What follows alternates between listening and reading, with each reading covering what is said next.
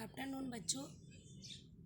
कल हमने chapter second का रिवीजन किया था। आज हम चैप्टर सेकंड के क्वेश्चन आंसरों का रिवीजन करेंगे। पहला क्वेश्चन है, लोगों के घरों को छोड़ने के क्या क्या कारण पाठ में बताए गए हैं। जैसा कि मैंने कल आपको पढ़ाया था कि संतु, गोविंद राम, धीरज, इन तीनों ने ही अपने स्थान को छोड़कर यानी कि अपने गांव को छोड़कर शहरों में जाकर रहने लग गए थे। तो इनके क्या कारण थे? तो जैसे कि आपको पता है, संतु का परिवार क्यों गया था? क्योंकि उसके गांव में अकाल पड़ गया था। गोविंद राम का परिवार क्यों गया था? क्योंकि उसके बच्चे बड़े हो गए थे और अब उन्हें उच्च शिक्षा की जरूरत थी। धीरज के बेटे क्यों गए थे? सिटी में रोजगार के लिए। तो इस क्वेश्चन में लोगों के घरों को छोड़ने के क्या कारण पाठ में बताए गए हैं। तो लोगों के घरों को छोड़ने के कारण निम्न बताए गए हैं। पहला है अकाल पड़ना। जैसा कि हमने चैप्टर में पढ़ा, संतु का परिवार ने अपना गांव क्यों छोड़ा था? अकाल पड़ने के कारण। तो इसमें घर को छोड़ने का एक कारण क्या है? अकाल पड़ना, जो कि आपके चैप्टर में बताया है। दूसरा कारण क्या बताया है? उच्च शिक्षा, यानी कि गोविंद राम के जब बच्चे बड़े हो गए, जब उसका बेटा 12th पास हो गया, तो उसे अपने बेटे को उच्च शिक्षा दिलाने के लिए अर्थात कॉलेज में पढ़ाने के लिए उसके बच्चों को कहाँ जाना पड़ा?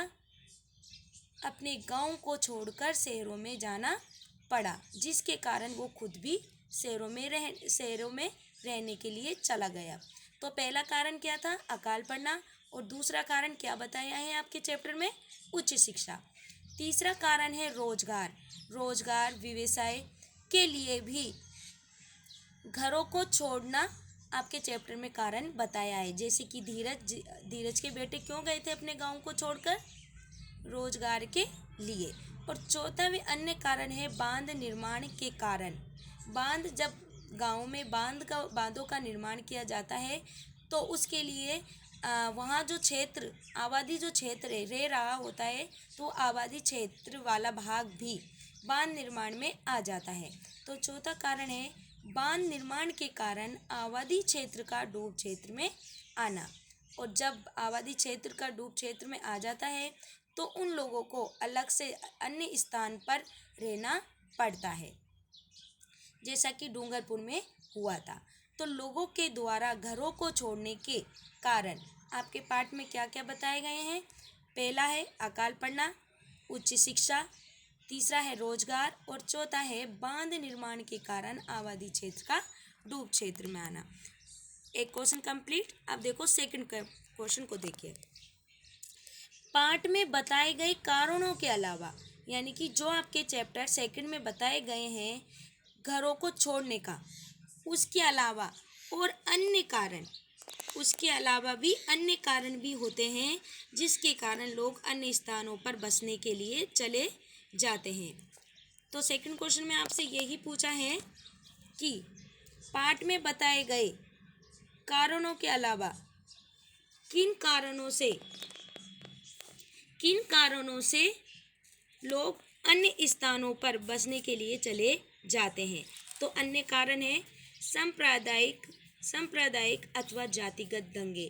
कई जगह ऐसे होते हैं कि दो जातिगत समूहों में दंगे, ये लड़ाई झगड़े हो जाते हैं, जिसके कारण वहाँ रह रहे एक जाति के समूह को अन्य जगह बसना होता है। जैसे कि हिंदू मुसलमान के दंगे हो जाना, तो जहाँ जिस जाति का समूह अधिक होगा तो वही लोग वहाँ रहेंगे, और अन्य जाति के लोगों को वहाँ से जाना होता है। कई समुदायों में हो जाता है, जैसे कि जाति को ले लो या आप सांप्रदायिक ले लो।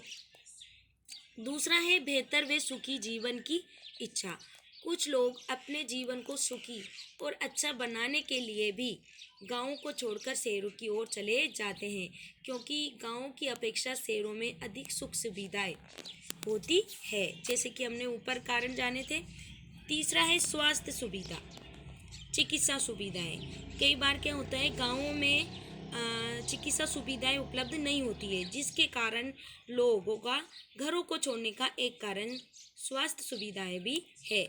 और आखिरी है जो लास्ट है वो है नौकरी में स्थानांतरण होना, यानी कि जैसे कि जो गवर्नमेंट कर्मचारी होते हैं उनका ट्रांसफ़र हो जाता है एक शहर से दूसरे शहरों में, तो ट्रांसफ़र होने के कारण उनको अपने परिवार के साथ वहाँ रहना पड़ता है जहाँ उनका ट्रांसफ़र हुआ है, यानी कि स्थानांतरण होना। तो एक चौथा कारण ये भी है कि नौकरी में जब स्थानांतरण होता है, ट्रांसफ़र होता है, तो नौकरी करने वाले लोगों को अपने परिवार के साथ अन्य स्थानों पर जाना पड़ता है। तो आपके क्वेश्चन नंबर फर्स्ट और सेकंड दोनों कंप्लीट हो चुके हैं। अब इसमें 2 क्वेश्चन और हैं जो मैं कल आपको करवाऊँगी। अब इन कॉपियों आपको इन दोनों क्वेश्चनों को अपनी कॉपी में यानी कि नोटबुक में नोट करना है। ओके।